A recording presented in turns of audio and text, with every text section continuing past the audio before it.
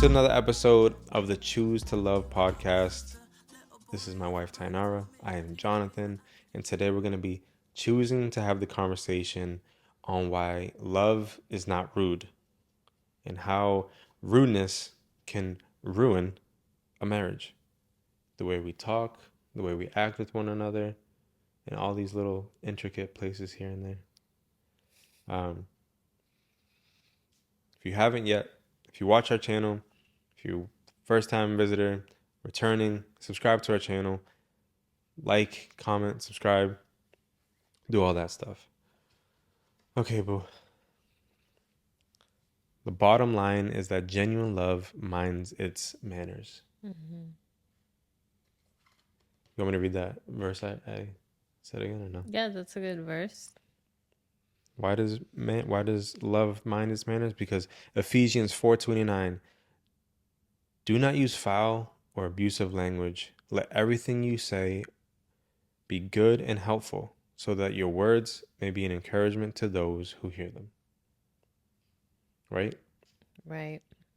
Yeah, I mean, nobody wants to be around someone who's rude. Not just for your especially not for your marriage, but in general, I right? know. It's not No, attractive. no, not even that, but well, yeah, it It's definitely not isn't attractive to be around. attractive to be around, right? You're not gonna want to be around that person. No one's gonna really want to be around that person or work with that person, or Yeah.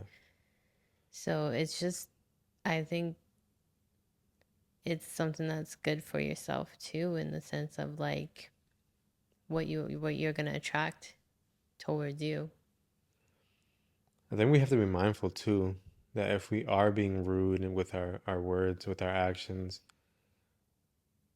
we have to know that that's going to cause repercussions as far as like how we're going to be taken, are we going to be taken seriously when we speak? Are we going to be Yeah. avoided? Because at the end of the day, we're not going to get the real version of the person that we want, Yeah. of our spouse. Because if we're constantly being rude, if we're constantly being fake, right? Then I or you, whoever, in return is going to be like, I just don't want to deal with this person anymore. So I'm going to avoid conflict. I'm going to avoid confrontation.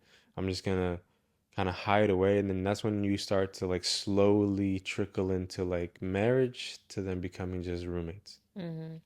Yeah, that's a key word, right? Avoidance, because that's what you want to do. You want to avoid that person that's rude, and not just like towards your spouse, but even the people who are watching you be rude to your spouse are gonna want to avoid you, Yeah. because they're gonna want to be careful what they say around you. And no one wants to be living like that. No one wants to be around somebody that they have to be careful what they say, because they don't know how they're gonna And, react. and if you read Proverbs, like I laugh when I would read it because King Solomon. They say that he might be like talking to either his son or what might be like a son figure, Mm-hmm. and he so many times in Proverbs he mentions that it's not good, it's not fun, it's not enjoyable to be around. He uses, at least in the Christian Standard Version, a nagging wife. Mm-hmm. Like, why would I want to be around someone who's just yapping, yapping, yapping? Everything I do is not enough. Everything I say is not good enough, or everything I say is taken out of context with just like anger. And I think that can be considered a form of rudeness, is taking someone's well-intentioned thing that they do or say and turning it because it's just something that they did that irritates you, or just like their presence irritates you. And that's just not the way marriage is supposed to be. It's supposed to be, this is supposed to be like a safe haven, a place of Yeah. being able to have conversations like this, right? Yeah, you have to encourage one another. But if you're rude to me, Mm-hmm. both in person and in the street, like I'm just gonna avoid it, Yeah. avoid conversation with you, and then that's when it becomes stagnant. That's when you don't grow. Yeah, because if you don't have conversation in any relationship, but especially a marriage, yeah, what like definitely roommate status, because You can't have a marriage without communication. No, Right. like this. So, what do you think? What would you advise if someone was like, I'm struggling with communication? We've had so many hurtful things said to one another. We're just like at this point avoiding each other. What would you say? Say it again. If a friend came to you and said, like, we don't communicate anymore because we're butting heads and we just don't even know what to say to each other anymore. And how do we heal from that? How do we recover? What would you say? What would you advise? Like if a friend was asking you. Well, at the end of the day, it always starts with yourself. The Right. one person that you can change is you. Yeah. So it's one is going to take time. It's going to take patience, and it's going to take persistence at continuing to practice patience. You have to practice patience, and you're going to be tested over and over again. Because when someone is being rude, more than likely they're hurting you, they're hurting your ego. But a lot of times we can think to ourselves, like we were just talking about, we can point the finger Mm-hmm. and never think that we're also contributing in some way or Right. It way. may not look exactly the same, but Yeah, we're still and it contributing. may be like you can extract something that happened in the past that you didn't change, that they really wanted them, that like Mm-hmm. you really wanted me to change, and all of a sudden that triggers other things that annoy them now too, Mm-hmm. because they gave up on that, so they're moving on to the next thing, right? Mm-hmm. So then it's like no matter what you do, it's not the right thing, but it comes all the way back to that beginning. So we have to be mindful of like, okay, what are the things that annoy you? What are the things that irritate you? How can I work on that?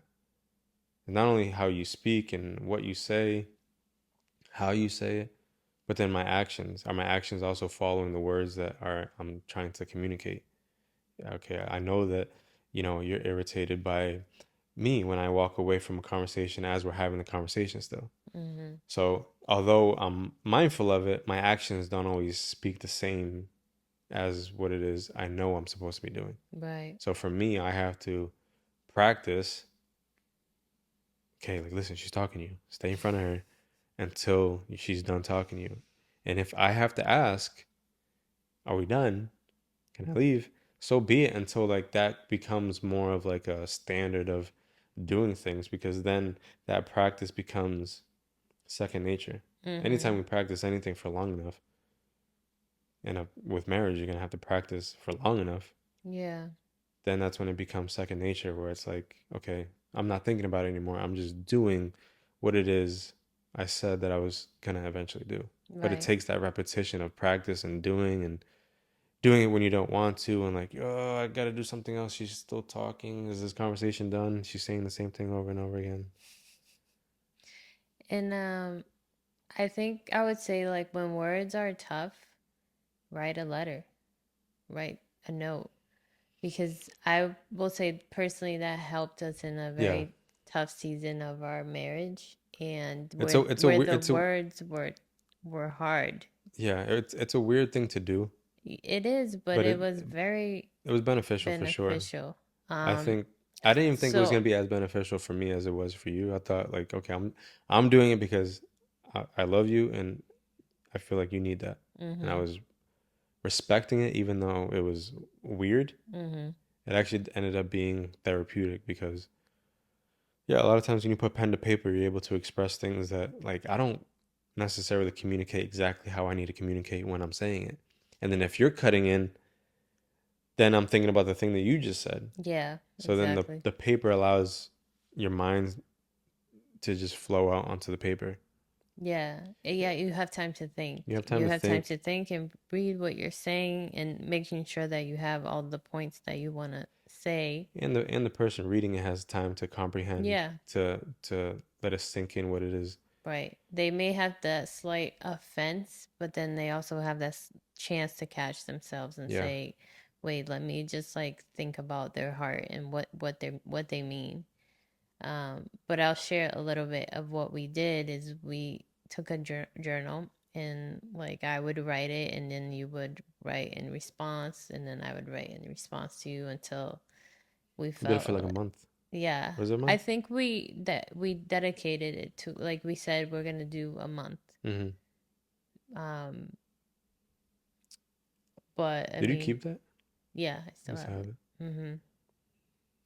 But yeah, I think it's finding. So just to go back to the question I asked you, I think if someone is stuck, it's finding another way to communicate that may help you get unstuck.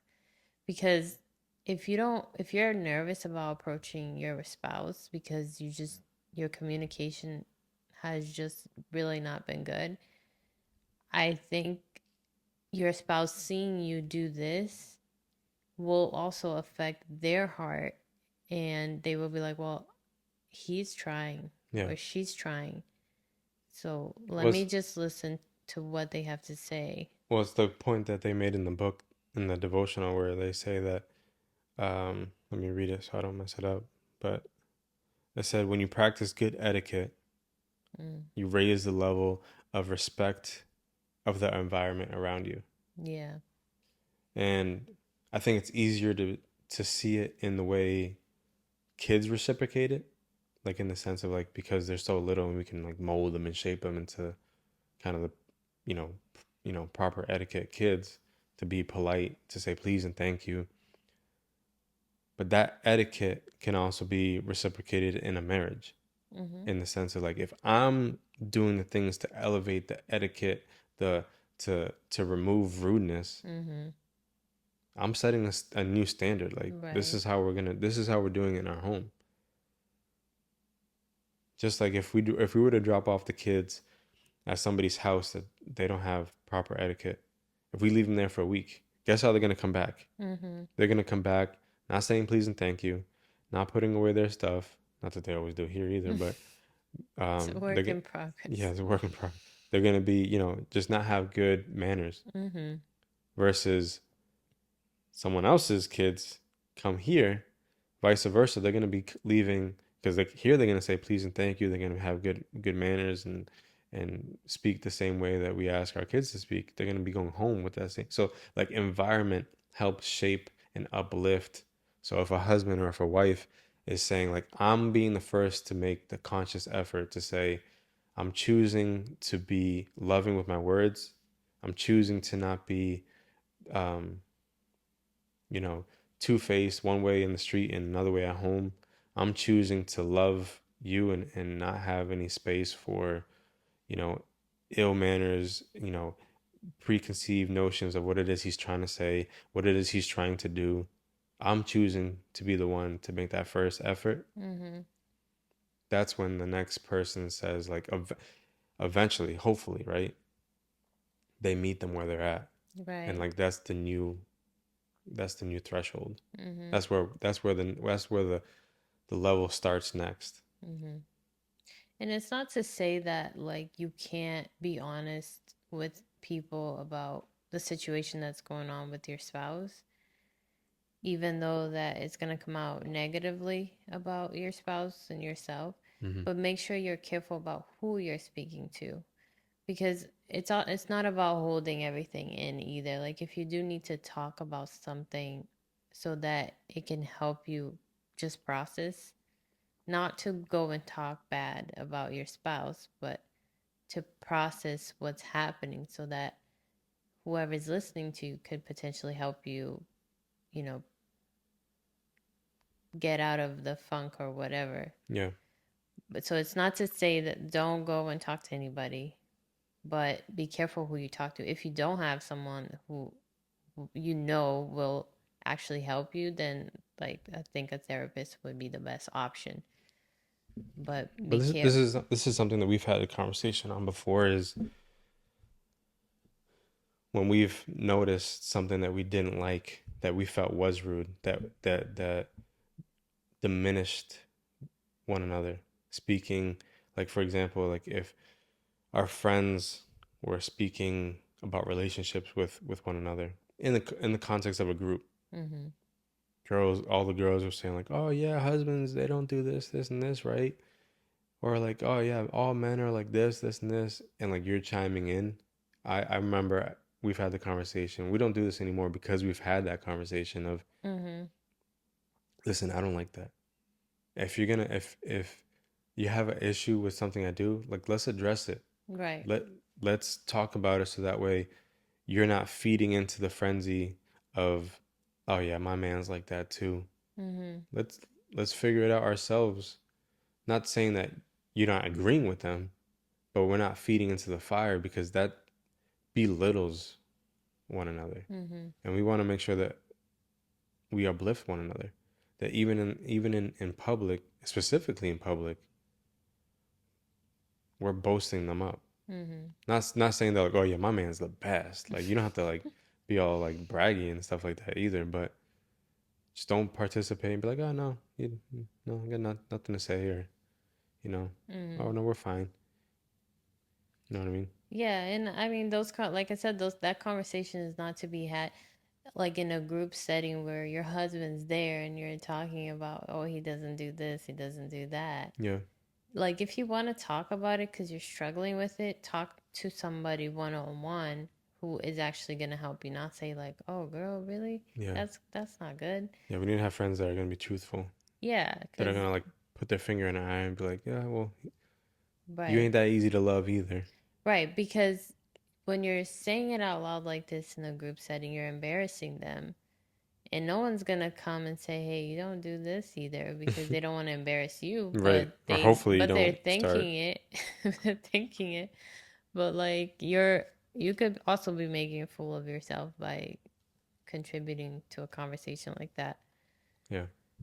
Um, yeah. I think it's also when we say certain things like, oh, he never does this right. Mm, Like certain phrases like that, right?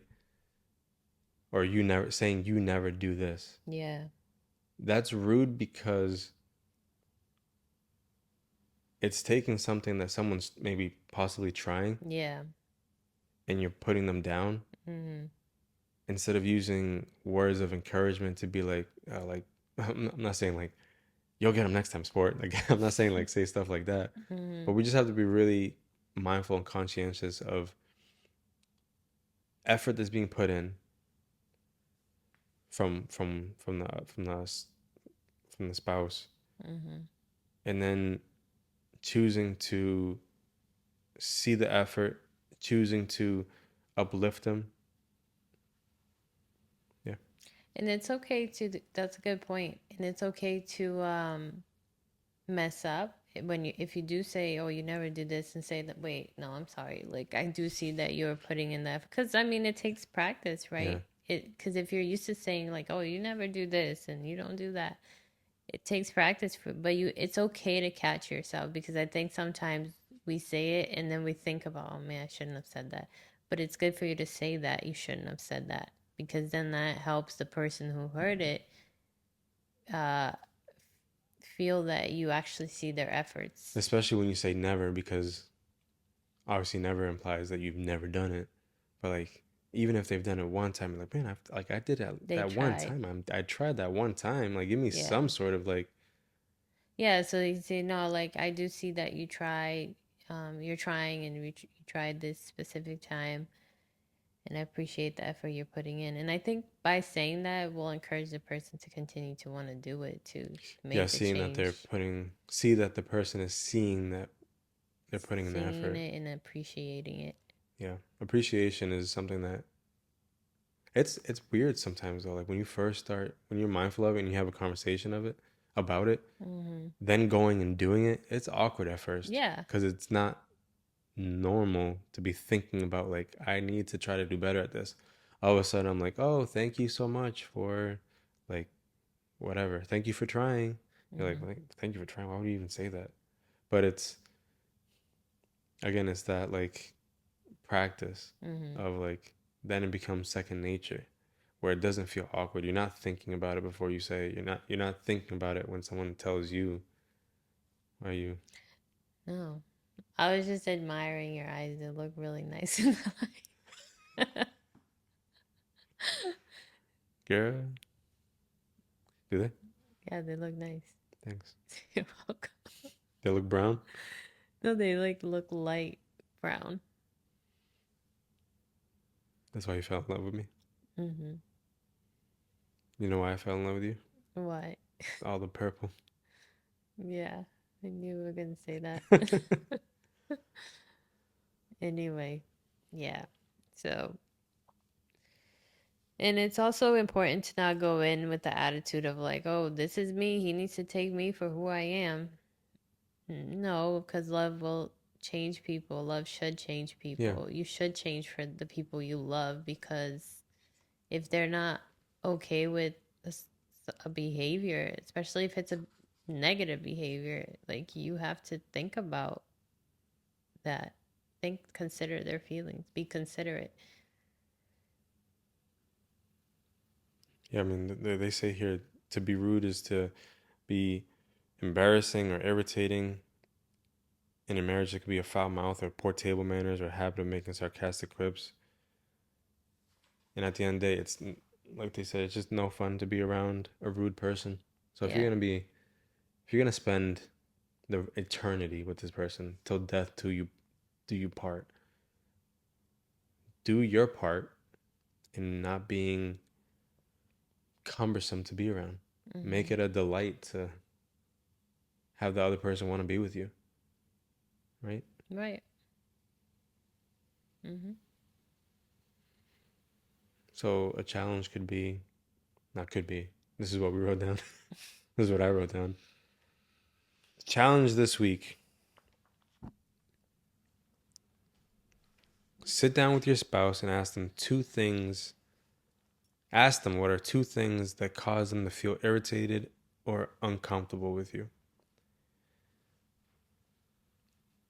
This gives you guys an open platform to be able to have a conversation and don't go into it feeling, go into it open hearted, go into it with no guard up. Know that the person that is asking those things of you is also having to love a person that is not easy to love, that comes with things that they don't like as well. So, yeah, that's the challenge this week. That sound good? Sounds good. Sounds good. All right. Well, that's episode 5 for you guys today. If you got something out of this episode, comment in the section what it is you got. Comment also maybe what it is you use to combat rudeness in your marriage, what it is you've overcome with a rude spouse, how you have been able to work on that in your marriage. Mm. We want to hear them. We want to see what it Yeah. is people are dealing with, if anyone even comments. Yeah, but it's also nice to hear what other people have to say because sometimes you can even end up using it for your marriage. Yeah, and it's also nice to know that you're not the only one going through something. Yeah. Because a lot of times, most of the time, when we're going through something, we're like, we're the only ones. Yeah, We ain't the only ones. You're for not the only sure. ones going through something. But you deserve to put Hmm. effort into your marriage. Your marriage deserves it. All marriages deserve to have each partner putting in equal effort to make it work and to make it flourish. Yes, So, both partners, yeah, exactly. choose to love, invest in your marriage. And remember, God loves you. He wants a relationship with you, and He wants you to live a life on purpose, for purpose. Peace. Bye. Have a beautiful time. Have a beautiful time. I use more of an accent. Have a beautiful time. Is that good?